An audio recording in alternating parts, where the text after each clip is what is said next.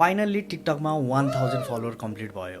यो भिडियो मेरो 32th video हुनेछ। यो बीचमा धेरै कुराहरू भयो। मलाई राम्रो मेसेज नि आयो, keep going, thank you, great job, नयाँ प्रोजेक्टको लागि इन्भिटेसन नि आयो। तर केही यस्ता मेसेज नि आए जसले म लिटरली सक नै भयो। किन एआई सिकाइरहेको? हाम्रो जब खाने भयो। फ्रीमा एआई नसिका के हो के। तर उनीहरूको पेड कोर्सको प्राइस हेर्ने हो भने 25,000 देखि 30,000 हुन्छ। कहाँबाट तिर्ने यत्रो पैसा? 1000 देखि 2000 ल 5000 सम्म ठीक हो। स्टुडेन्टले कसरी तिर्छ यत्रो एमाउन्ट? एजुकेसनलाई बिजनेस बनाउन कहिले छोड्छ मान्छेहरूले? मेरो मोटो नै मान्छेहरूलाई फ्रीमै एआई सिकाउने हो, सो द्याट एआईले जब रिप्लेस नगरिदियोस्। अहिले मैले सर्च मात्र बनाइरहेको छु, मैले अरू काम नि गरिरहेको हुन्छु, सो अहिले नै फुल टाइम कन्टेन्ट क्रिएटर नै भइसकेको छैन। बट इफ मेरो युट्युबमा 1000 सब्सक्राइबर पुग्छ भने म डिटेल्समा भिडियो कोर्सेस चाहिँ राख्न सक्छु, सो द्याट मेरो अडियन्सले फ्रीमै कोर्सहरू सिक्न पाओस्। लिङ्क टिकटक प्रोफाइल और डिस्क्रिप्सनमा हालिदिन्छु। अब त्यसलाई ढुङ्गा हान, फुटाउ, जलाइदेऊ, जे गर्नु छ गर, तर सब्सक्राइब भएको चाहिँ हुनु पर्यो। सो एट लास्ट यस्तो नेगेटिभ मेसेज त आउँछ जान्छ, तर जुन यो छ relation between you and me,